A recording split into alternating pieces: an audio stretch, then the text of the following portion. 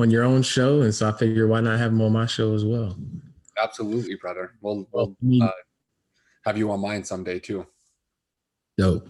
I mean, do you do guests or like often, or you got to start? So I've had like maybe 2 guests, and I just wanted to get really good kind of monologue style so that I could almost feel like I'm talking to myself, right? And I was like, I made a promise that I wasn't really going to do guests until episode 100, and then I've just kind of kept on going. The good part of that is like I solidify the belief within by speaking it out, and so I'm glad I did it that way. But I am going to start bringing some shows with some interview style too. I just don't want to do it every week. That makes sense. I mean, I'm the same way. That makes sense.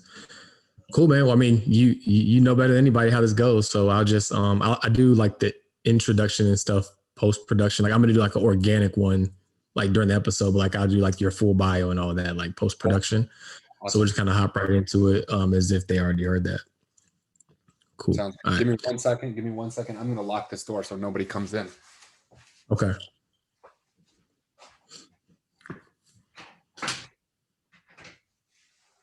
Cool.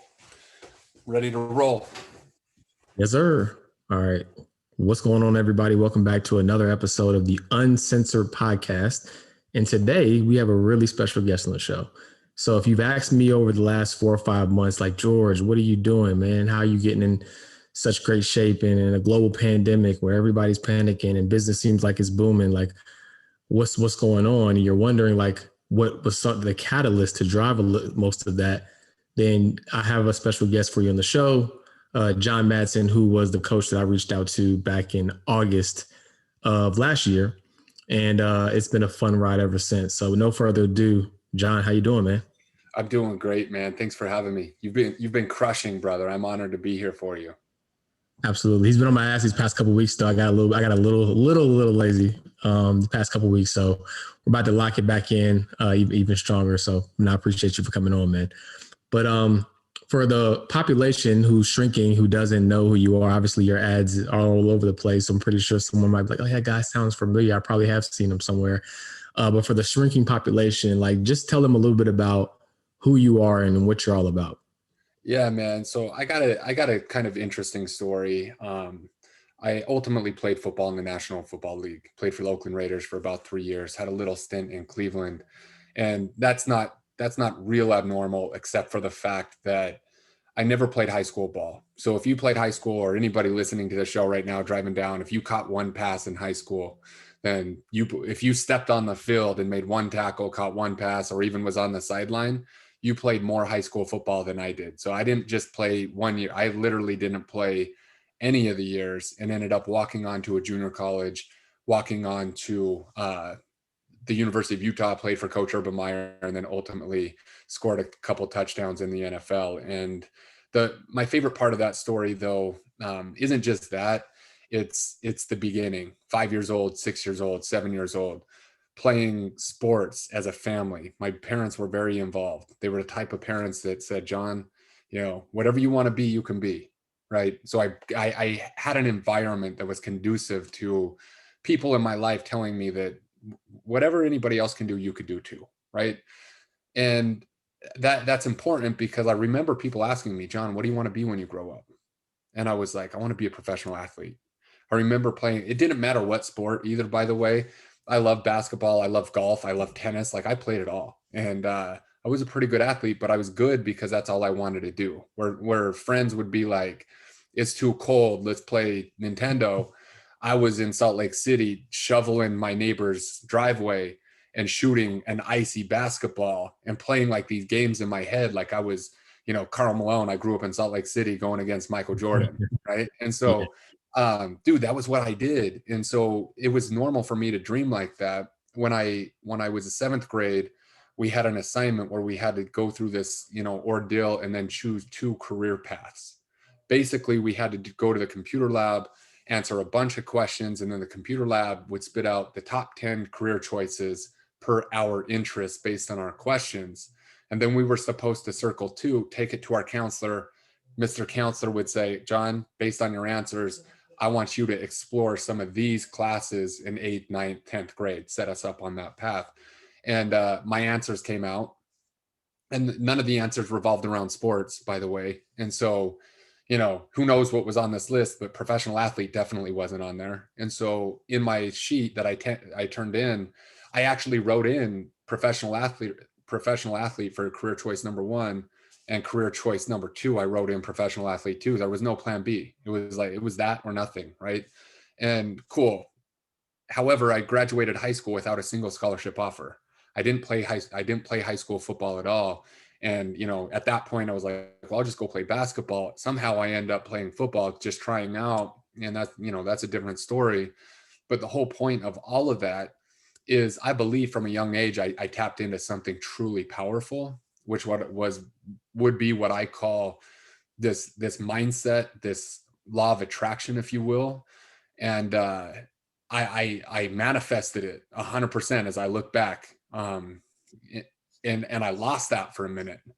I lost that for a minute, and now in my business, I refound it. And so, that's kind of a long lead into where I was and where I am now, but we can take that any direction you want.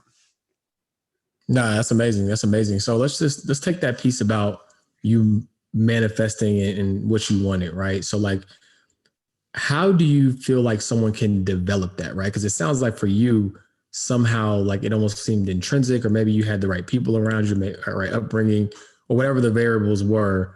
But let's say it's someone, late 20s, early 30s, or even 40s, because you work with guys even in their 60s, right? But and maybe they've kind of given up or just don't even know if they can achieve that thing, right? How do you suggest someone goes about discovering how to like manifest what they want? Yeah, man, great question. So I operate with one fundamental belief that I think every human being, regardless of where they were born or where they were brought up, should operate with. And literally, when I ask myself if I can do something, this is first and foremost in my mind. What's possible for one is possible for all. So regardless of any other thing, like I operate from that belief system. If somebody can do it, that means I could do it too. With enough work, with enough, all the stuff that it's going to take. If it's possible, it's possible. Right. And so I operate from that kind of boundary, which is helpful.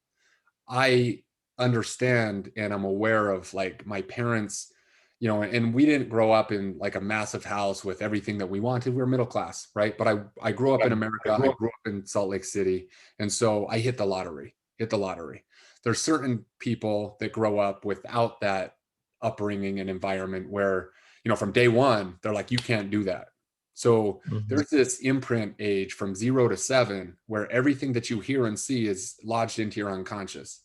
And so I was lucky that I kind of had that belief system built in, where another person might be like, that was taken from me from 6 months old, And so that's the hard part when I work with somebody, right? It's going in there and figuring out when they decided that belief was true. And it could very well be, a childhood thing. It could be a teacher thing. It could be a parent thing. It could be a friend or environmental piece, right? So, for me, I think that all of us, though, if you really thought about it, you could be like, what's something weird that happened that was very coincidental, that it felt like coincidence, but at the same time, like, that it wasn't coincidence. Like there was something mystical about that experience, good or bad, that like maybe it was a feeling that you're like, oh, I shouldn't do this. And then you do it and then bam, something happens, right? It's like, I think we all have this intrinsic knowing inside of us. It's just very bright in some people. Like if you think about it as a spectrum, some people have tapped into that a little bit more, and the more they do it, it becomes easier, where other people might be on the beginning of the spectrum, and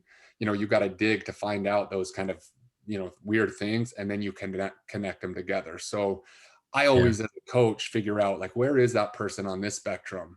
How can I insert certain beliefs that they can believe in? And then, in the beginning, they don't even need to believe that themselves. They need to believe so much that I believe it, that they kind of borrow it. And then we can move them down that spectrum.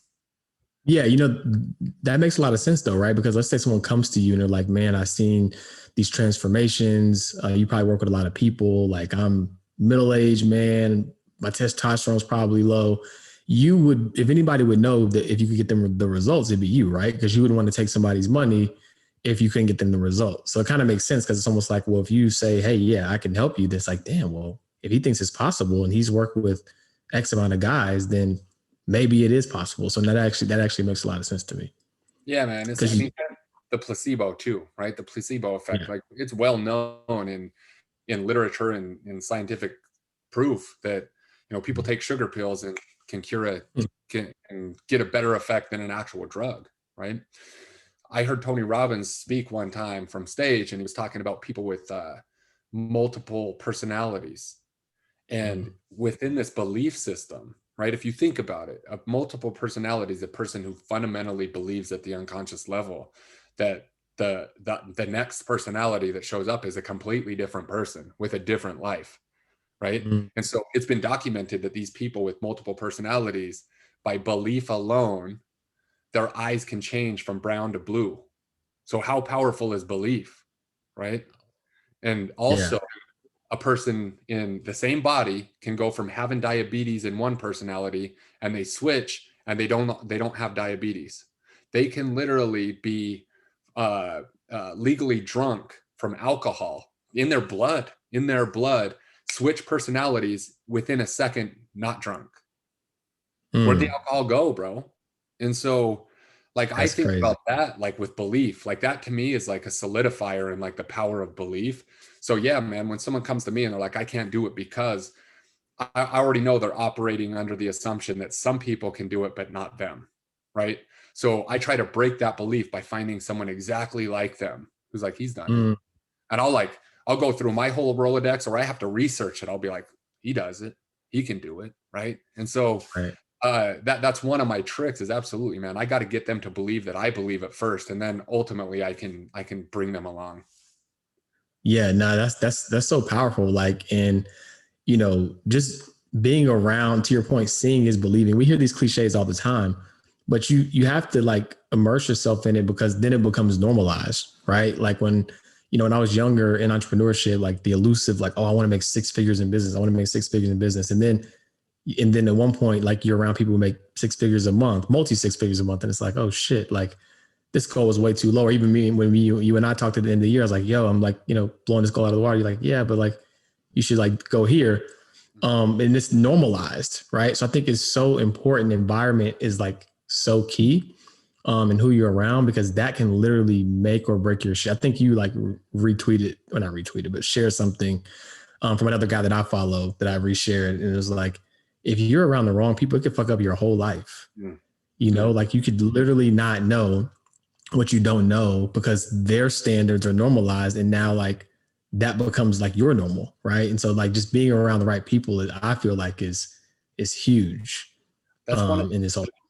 Yeah, that's one of the number one ways to increase your self-identity, which is ultimately going to predict, what we can accomplish is your environment, who you're around, what that environment looks like, right? Like if that environment is conducive to leveling up, and some of those people, absolutely, it's like, oh man, I did good. And then you find out that they did in 10 minutes what you did in a month. You're like, oh, according to who then? Right. And that could get some people down and be like, oh, I'm shitty, or all that negative self-talk. But for me, it's not like that anymore. Like if I came to you and you were like, and I said, dude, I'm doing this a month, and you're like, cool, man, like I'm proud of you, but this is what I did in 7 days. And I'd be like, awesome, I need to hang around this guy more. Like I'd be like, damn, for a split second, but then I'd be like opened up, because remember my premise: if it's possible for you, it's possible for me. If you don't operate with that premise, like then that shit will F you up, bro. Like that, then you're gonna feel bad for yourself. I actually am happy when someone succeeds like very, very highly, because I'm like, cool, they broke the 4-minute mile. Now it's easier. I already know it's possible. Right. Yeah. I think the other piece is like scarcity, right? So it's like, well, if they did it, there's only a limited supply of it, right? And so it's like, oh, well, I mean, they did it, but like that's an anomaly. And of course, I can't do the exact same thing or more, because they've already gotten so much. So I think the other piece is like the scarcity mindset too. But it's all just a belief, it's all just a belief system. So I think that's been one of the huge things that, I mean, I've always had a very strong belief, but I think like, as an adult, like you get older and then circumstance and life happens, and you kind of like, you settle a little bit. Like you kind of forget, like, what you're capable of in some areas. Maybe you excel in business, which is relative, because my business actually went up more when we started working together. But I think sometimes it's just like you just get complacent, right? Like you just like think that it is what it is, right? Which is a quote that I don't even like because you're just accepting the circumstance. So I agree with that. It makes a lot of sense. Yeah, that's the tricky part is you know, you got to push yourself. I mean, for me, I'm driven by growth. I'm driven by progress. But yeah, man, like we can let ourselves off the hook. And I would say that if people are struggling, if they're, you know, if they don't have the body or they don't have the bank account that they want, or even me, like if I stop now, like I could let myself off the hook for whatever reason and just be like, you know what, like this is good enough. Or if that belief crept in from wherever, where it's like, oh, well, money's not happiness. Like those two things, like that, nobody said it was or wasn't, right? That's a belief or a saying that you said, cliche, that will really mess you up because it lets you off the hook and it gives you you know, an excuse not to pursue your ultimate possibility. I'm driven to see what I'm capable of. I'm driven to continue to see, like, you know, what could I do? How much good could I do? You know, how Right. much more success could I have? And what would that mean for, you know, other people? Because, you know, at the end of it all, we're going to take our last breath, whether it's 80 or 90 or who knows when, right? And we might know then. I just don't want to be in that rocking chair thinking about the shots that I didn't take in the name of security, right? Secure from what? Right? Like Right. we gotta go, man. We gotta go. 100%. 100%. Yeah. Like you said, it's just like some people just have that belief and everybody has it. But like you said, it's a spectrum, you Mhm. know. And I think the beautiful thing about like the internet, like a lot of people bash social media or the internet, but I think the beautiful thing about it is one, there's so many people that you would ordinarily not be connected to that you get connected to. And then two, you get that exposure to see things that maybe if you do live in a small town or you're not around those people, like what's possible. Like when I see those luxury pages or like the crazy supercars or like I'm like you, I'm like, okay, great. Now like that gives me a target, right? It's not like, oh my gosh, like that guy must be a trust fund baby, or it's like, no, like maybe it's arrogance, maybe it's whatever. I'm like, okay, thanks for putting that on my radar. Now I have a target, you Yeah, know? And by the way, I was trying to, I saw your post about supercars for guys over 6'5". I'm like, good luck, buddy. Cause I I got know. in it was a Lamborghini Hurricane and I'm like six even. And that was pretty tight. So I Yeah. was like, yeah, we'll see. Yeah, dude. I was testing them out. I was like, dude, it's not comfortable. And so I'm thinking, I'm like, is it worth it just to have, or maybe not, dude. And so I'm like you though, if I just grew up where I grew up, and like we're a generation, probably the first one, like not probably, we're absolutely the first one. Cause like my parents, for example, you know, in high school or through college or whatever, they didn't go to college, but you know, they worked since they were 20 to give us what we have. But they didn't have the internet or social media. So most of the time, families would then be like, they could see different things through the news or TV, right? But it wasn't this wide world of like connection. Like, how do I talk to that person actually? How do I get connected with them? And now it's like, well, there's multiple avenues. Everybody's pretty touchable, right? There's some untouchable, but if I even think about my network, I'm like one connection away from, you know, from any, like literally from almost anybody. It's like, oh, I know so and so who knows so and so, and like if I talk to so and so, maybe that's a gatekeeper, this so and so. And so that network, like all of a sudden I'm like, yeah, man, like I can touch these people. I can pay to be in their network if I need to. Right. However, you know, that really is broken down. And if you're really operating from a scarce mindset, and I break people down into two categories in life, almost like down the center, you're Mm-hmm. either operating from an abundant perspective or you're either operating from a scarce perspective. Make no Mm-hmm. mistake about it, your perspective is your reality. So I'm not saying if you live in scarcity that it isn't reality. It absolutely is your reality. If I'm living in Right. an abundant perspective, that's my reality. And that's where, you know, we can argue all day with people, but we're arguing perspective, not necessarily this thing called reality, because what's that? Like it's according to the observer, right? It's according to Right. us. So, you know, on one hand, we can look at all that stuff in a scarce mindset and be, you know, feeling miserable, right? Like, oh man, I don't have anything. My life sucks. Look at all that. And I'm like, on an abundant side, I can be like, man, I'm opened up to all this possibility. Like, how in the world could I make my life like this. Not that I want to be any other person other than I just want to maximize myself. No, it makes perfect sense. Makes perfect sense. And so, in the spirit of like getting around the right people or shifting your mindset, obviously one of the ways you can do that is to like finding a mentor or coaching or whatever. And so, you have a coaching program, right? So my first question is like, at what point, and of course I know it's an evolution, but at what point did you feel like you had found something or bottled up something to where it was transferable enough to say, you know what, I can impart this in other people? Because it's one thing for you to get results for yourself, right? And be in a good space. It's a whole different thing to coach somebody else, right? So at what point did you feel like, you know what, like I got something here, and you were able to start like imparting that in other people? And then the second part of that question is, how important is it to get a coach? Because a lot of people you coach, they're not like slouches. It's not people like, it's like people like me, people who wouldn't even think that I would hire a coach, right? So like, so how important is that to a person's growth? Because I think a lot of people are missing the mark on how they can accelerate by just not having the right leadership. Yeah, yeah. So like for me, like when I was done, when I was cut at 27 years old, I had to do something. Fitness was like, I was a guy that I loved the weight room, and so that's where I wanted to spend my time. I would read whatever, and so I opened up a physical location in Salt Lake City, training athletes. I trained multiple NFL Combine guys, World Series champions, so like top level Olympic qualifiers in the realm of training and nutrition and consulting and actually doing in-person work. And I did that for like 8 years before I ultimately was like, look, now I'm going to flip the entrepreneur switch on and like try to go broad market and do two things: have massive impact and also create a life that I'm pursuing for my family and for myself as far as achievement, right? So it's like I flipped that switch, created a program that I knew I could get results. Then the next part of it was, how do I market it in a way, like you said, that's like it's going to attract the right person like you, where it's like, dude, my life is pretty good. So I had to cultivate that marketing message that was like, I'm really big on presuppositions now in language and action, meaning everything that I say right now or everything that you say, we're presupposing something that makes sense in communication. Sometimes like a person will take that presupposition and it'll be way off, right? If they're not in tune with it. But sometimes like you'll say something and it's presupposing something that you don't necessarily need to say, but I come to the conclusion of what you meant. Make sense? Right. So Yes.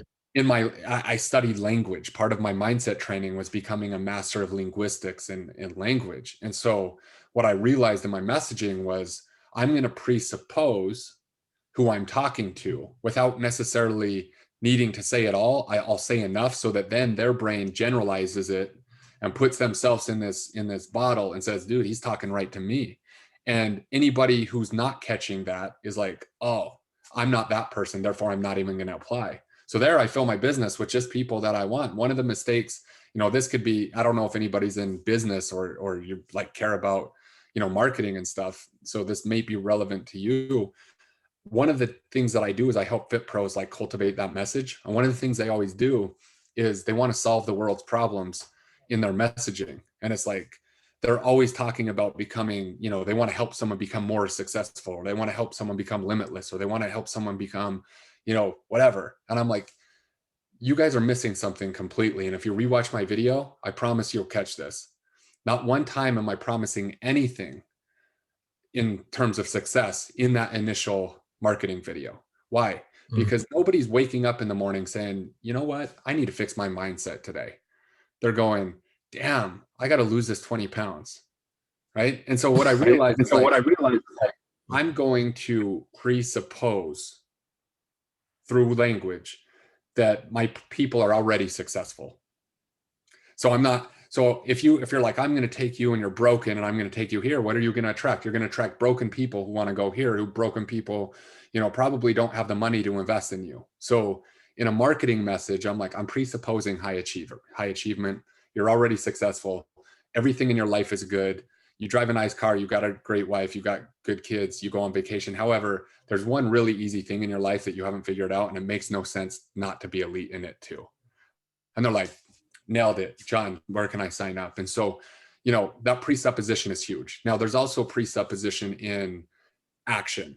Okay. So presupposition and action, because this is where the real conscious, unconscious conversation comes into play. You can be an A student and say all the right things. And then your action could be something in direct conflict with the perfectness that you're speaking. And so I picked that up too, man. So for example, and this will make sense to a lot of your listeners in terms of money.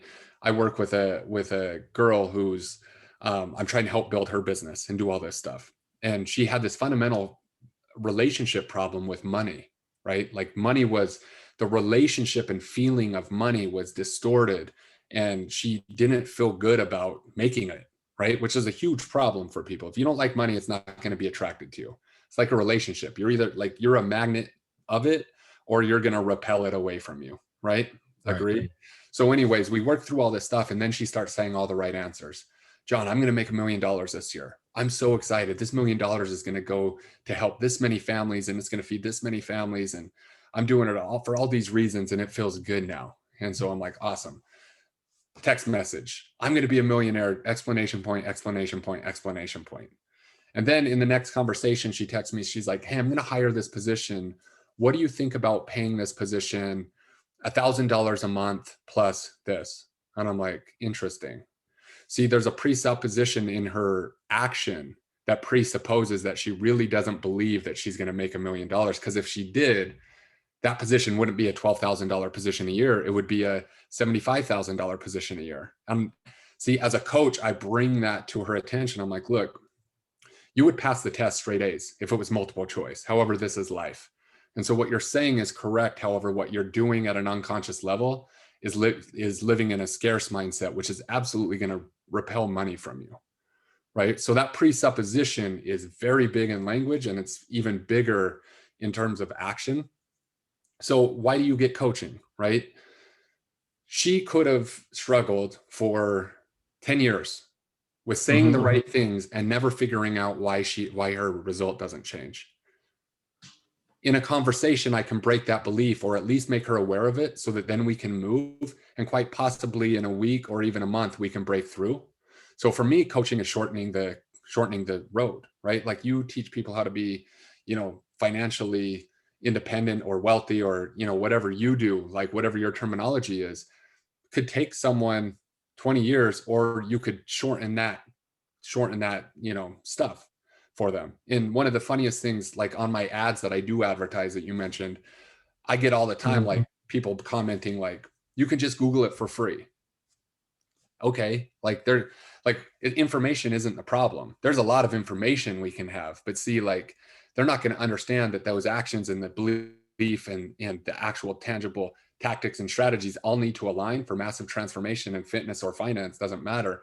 So anybody on this call can choose to put the pieces together, which is fine. And you may or may not get there, or you just choose someone who has a track record with themselves and with a lot of other people, and say, you know what, this is the best investment that I can make, because it's going to save me a resource that isn't renewable, which is time. You can always make more money, but if you waste 10 years trying to get the answer, I'd rather just know in 10 minutes. Right. You get that, and it always pays dividends, right? Like, always. And the funny part about it is the stuff that you get is not just surface level. So like, I might have hired you for like the fitness piece and knew that like mindset was going to come with it, but my business ended up improving. Right. But it just goes to show you like how all this stuff is like interrelated. It makes me think about something else that you said on your stories about like when your like rent for your like office was late or something, right? Like you're so committed to the belief that more is coming, right? But you have to let go, right? Because you believe it's actually coming, that you literally have to let it go because you believe it's blocking your blood. Like that was huge. And I thought about that. I'd make a really big investment into like this, like it's not really big, is relative, but this bigger investment is like a CRM and marketing hub thing that I was like, shit, like then, but it happened. I was thinking about doing it. And then I heard that story of yours and I stroked the check like immediately after. And then I was like, yeah, I need to if I believe that this is happening, I need to show this with my action.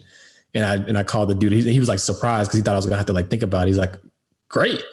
I guess he gets a pretty decent commission or whatever. But that was transformative for me because it's like you literally believe that by not releasing it, you're blocking your blessing from more flowing in. That's a game changer from a mindset perspective. That's the economy. That's the economy. That's a world's economy. One transaction, like I pay something, it's paying someone else's salary. It's a circulation, right? And so we're always taught like we got to save for a rainy day. You want to save for a rainy day, guess what you're going to get in your reality? A lot of rainy days, right? And so like people know that probably like, damn, you're right. Like I save for a rainy day, then my tires, I run over a nail and then I got to get rainy day fund gone, got to start all over again, dude. Like people don't understand that their belief shapes their reality. And when I started really tapping into this, and what you're talking about is, I was late on a rent payment for my office.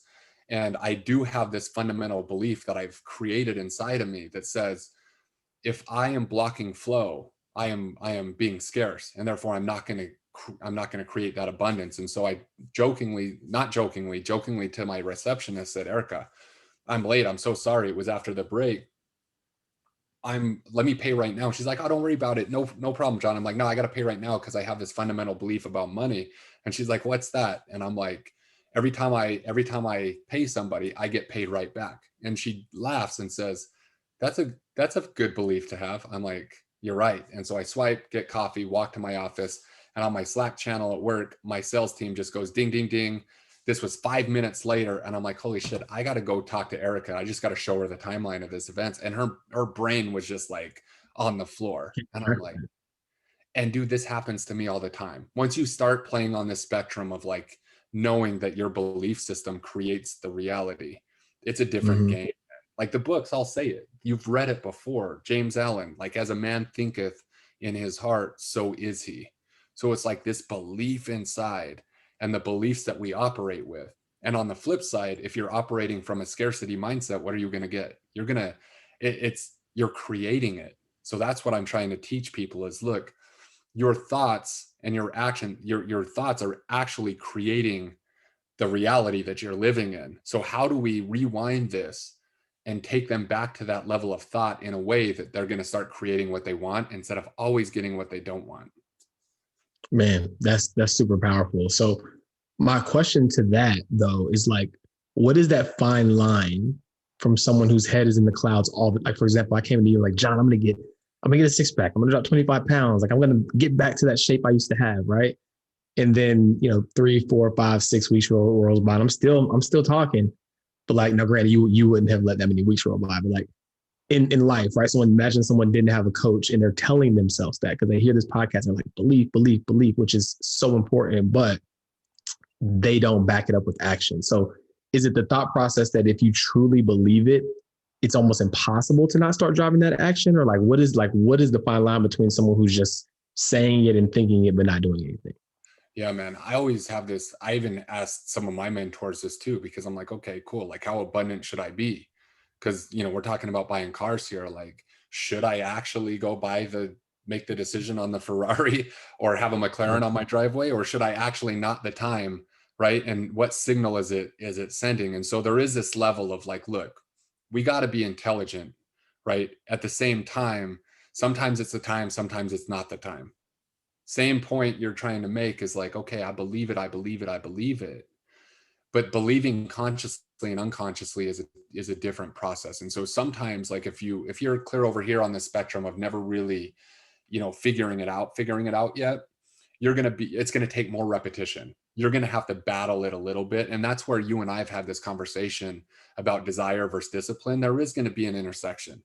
Like if your desire is big enough, and I'll answer this question another way in a second. If your desire is big enough, discipline should feel pretty easy. Kobe Bryant just wanted to be Kobe Bryant because he had such a desire to be great, right? So he did what he had to do. Get up at 4 a.m., work out before the rest of the team. The rest of the team goes out for drinks. Kobe Bryant's shooting, shots till 2 a.m. His desire was very, very, very palpable for him, right? So yeah, there was times discipline had to creep in, and obviously, he goes down that road. But I think that the real answer for me is how are you motivated? I'll tell you where people get into problems. People are either motivated towards a goal or away from pain, right? And it depends on what we value. And so if you think about yourself, usually the people that I work with are very motivated away from pain in a way where they come in and they're like, I got to solve this problem. This is the worst I felt in 20 years, John. My this and this is like, cool. So the easy process is getting them pretty far. The very hard process is getting them all the way. Right. And so it's like you get to a point where good enough is good enough. And then, Mm-hmm. and then that's where you get the slide. So people who are motivated away from, if you've ever, so think about it. If you're like, yeah, I get it. Like I'm motivated away from like being broke. You get to the point where your bank account's almost zero, then something happens and it's like, oh, I'm okay for a couple of months. And then it's like this constant like little cycle, right? Same thing in fitness.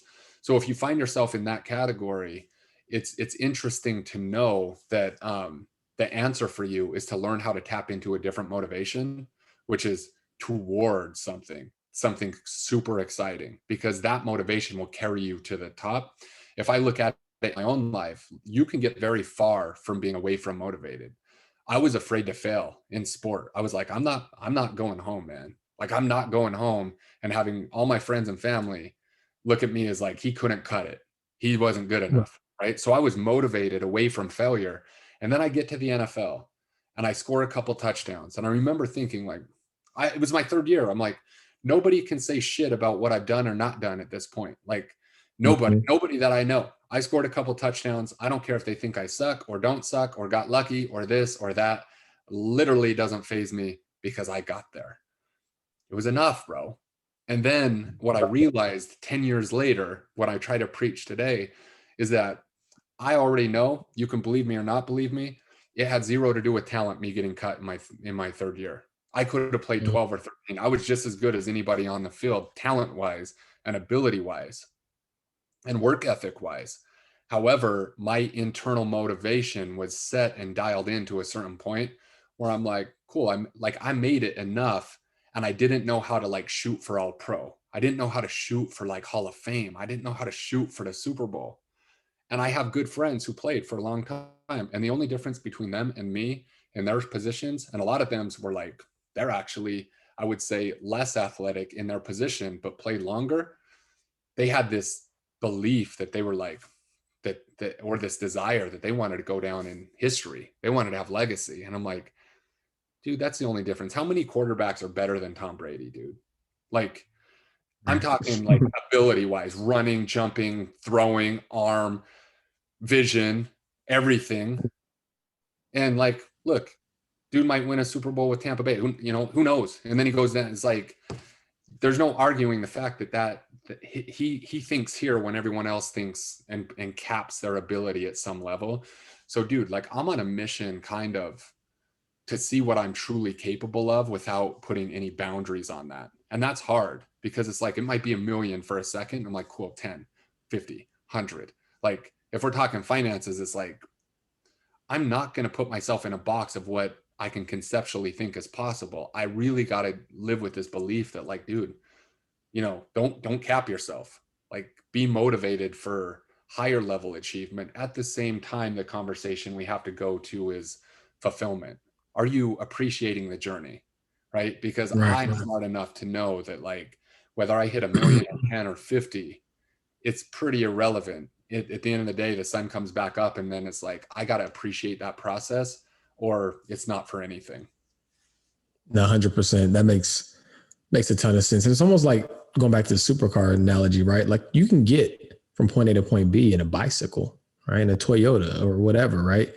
But then when you get in that car that feels right to you, has 260, 80, whatever it is on the dash, like how many days do you want to go in life, like knowing that you can go, there's a capability of it going to 60, 280, but you only go 60, right? Like you want to get on the open road and you want to floor that shit, at least just to see, right? To see like, okay, maybe I don't want to drive at 260, 280 forever because one, I'll either crash or go to jail, but like to know that, damn, like it feels good to know what I'm made of, and that's kind of like where my mindset is just like, just even like what we're going through right now. And I'm promising to dial it in. Like I might not stay at 178, right? And look crazy lean all year round, but just to know like, oh, okay.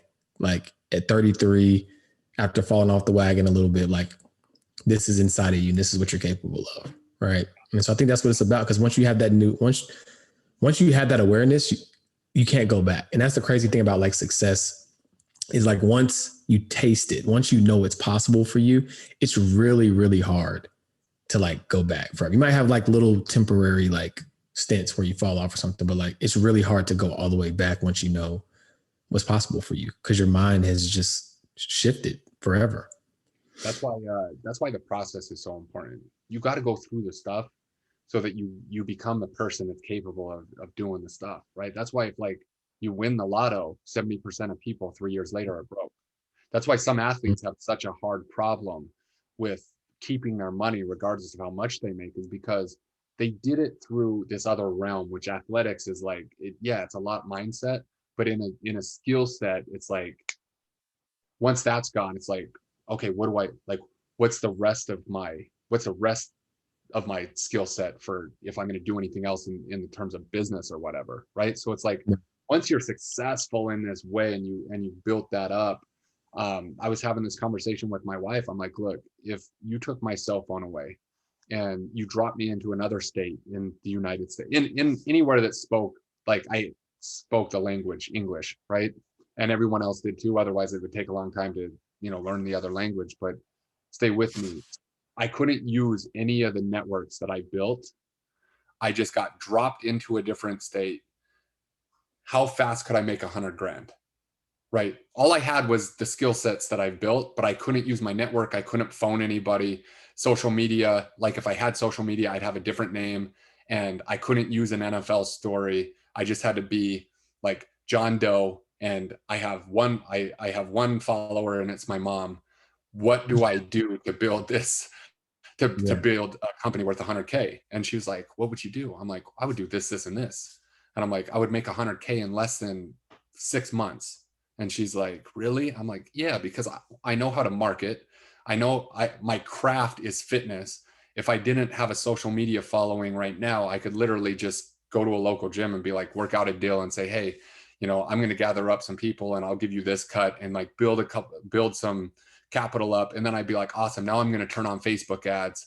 Now I'm going to invest in this. And it's like 6 months, like it's a done deal. Right. And so when you get there, it's like you're blessed by having gone through the process, because now all of my security comes from here, and it has nothing to do with anything outside of me. It's all built in. And so like I'm thankful for the struggles and the adversity and all the stuff, because now I'm like, oh cool, like that's an easy think of it when you're a kid playing video game or Mario Brothers or something. Like once you get to the level and you beat the boss, like it's never like you forget how to beat that boss again. It's like if you ever go back, it's like, oh, I already done that, like I got it. It's like it's always a Mhm. struggle at the end. You got to battle it, but then once you pass it, like you said, you don't go backwards. Right. And if something happens where you do, you know how to get back, and you're not because you developed the skill set and you were committed to the process. So no, it makes a lot of sense.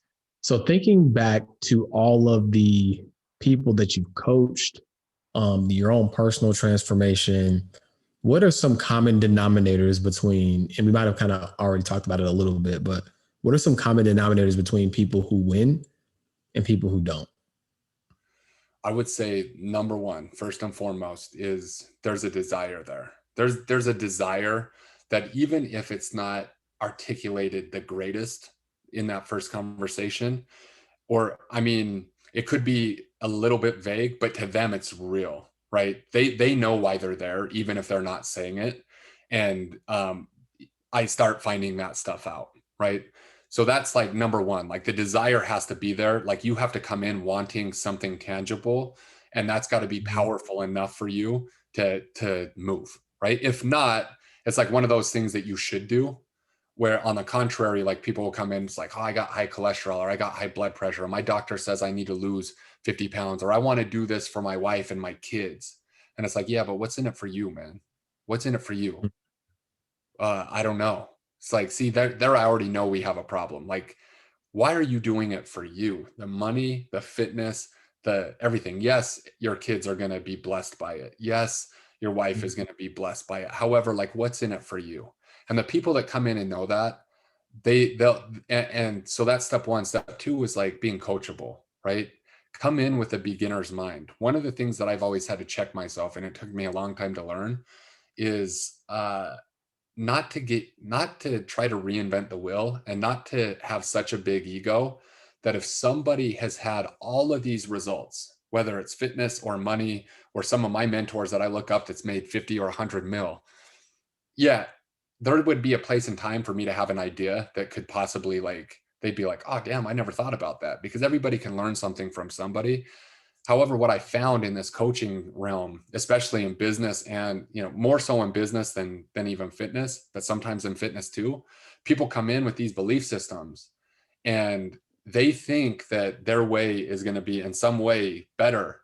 However, their result is clear down here and yours is clear up here. And so you're sitting there going like, look, like, in order for you to really win, you got to almost unlearn all that other stuff in a moment and come in with a beginner's mind and just suck in all this new information like it's yours for the first time, and just do what we say because it's inevitable, right? And that doesn't mean you don't Right. get an opinion and you don't need to question it. It's just saying, like, so many times I've hired coaches and then tried to do it my way because it made sense consciously, that it's like, oh, this is a better way. And then I'd be like 6 months later and they're like, John, why are you doing it that way? I told you to do this way. And you're like, you're right.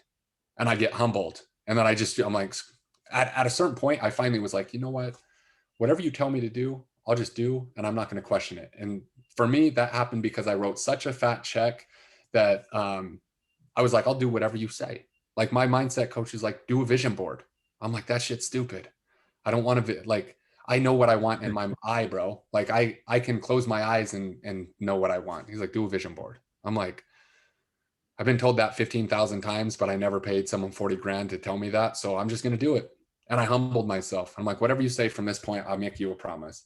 I will do whatever you say until I don't get the result. And then, like, we can have that conversation.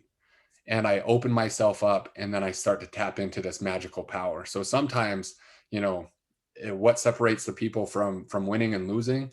Number one, the desire's got to be big enough. And number two, your ability to be coached from people who have been there and done that multiple times is going to shorten that curve for you faster than you could possibly believe.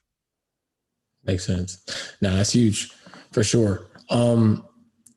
As we kind of get close to wrapping up here, my last question is, what does living life uncensored mean to you? Oh, dude, this is actually pretty easy. I don't know if I'd answer this the same even a year ago, but to me, it's being 100% me and 0% what anybody thinks that I should be. So, like, if you get John is like authentically him. Like, don't like, doesn't matter. I'm not going to be like an asshole or anything else. I'm just literally going to be me in alignment with who I truly am, and have zero care whether you like it or don't like it. And that was, dude, that was a huge deal for me, man. Like, truly, I'm a person that kind of craves this likability for a long time. Like, I just want people to like me. I want to be a good guy. And so I would make choices. Like, I never wanted to, offend anybody. And I still don't, right? Like, I'm not trying to go out and offend anybody, but I'm like, I would make Right. decisions not wanting to hurt feelings. And one of Mm-hmm. my coaches one time just like checked me. He's like, so you're just so he's like, so you're just making decisions for everybody else and doing the right thing for everybody else, but what are you doing for you? And I was like, it hit me like through the screen. I'm like, damn, dude, like, I just want to find this congruence within, that when I speak and what I do line up, and people can take it or leave it, and I'm okay with it too. Makes sense. So we're at the top of the year. So what are you most excited about for 2021? Building my team. Up until this point, I've been kind of solo in a way. Like, it's not been a one-man band, but it's been a company that is very front-facing with my face, which it'll continue to be still, but there's some other elements that are being added in. I've Mm-hmm. literally taken myself out of all the roles that that I was in the past. Like, I was, at first I was just a coach, and then I had to do Facebook ads, and then I had to do, the landing pages, and then I had to do all the fulfillment side of it. And then I had to do the sales side of it. And so what I really decided was that time is a resource that's very important to me with my daughter. And so I, as a CEO or a founder or whatever, I don't really care about titles. I need to be the visionary of the company. And my whole job is to provide massive security in an unsecure world and a massive amount of freedom to employees who want to be a part of the mission. And it's my job to get out of the way of the company so that we can move faster and I can put trust into other people so that everything gets done in a way that's cohesive. And in order to do that, I got to lead. I got to get out of my own way, because tendency for me is to do everything myself. It's just like, don't worry about it. I'll do it.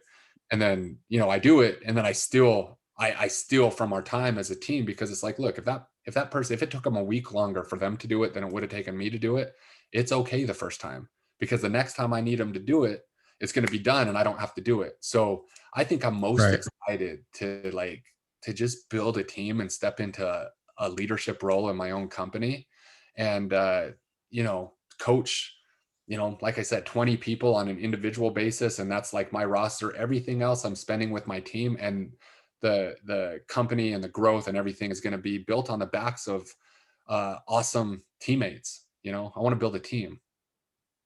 Yeah. That's what I'm excited for in 2020 as well. Just like 2021, just time freedom, empowering other people, being able to focus on the vision of the business. I know we're on the same page there. Well, man, thank you so much for coming on the show. I know this will be an incredibly valuable episode for my listeners. And everybody, until next time. Thanks for having me, man. Appreciate it. Absolutely.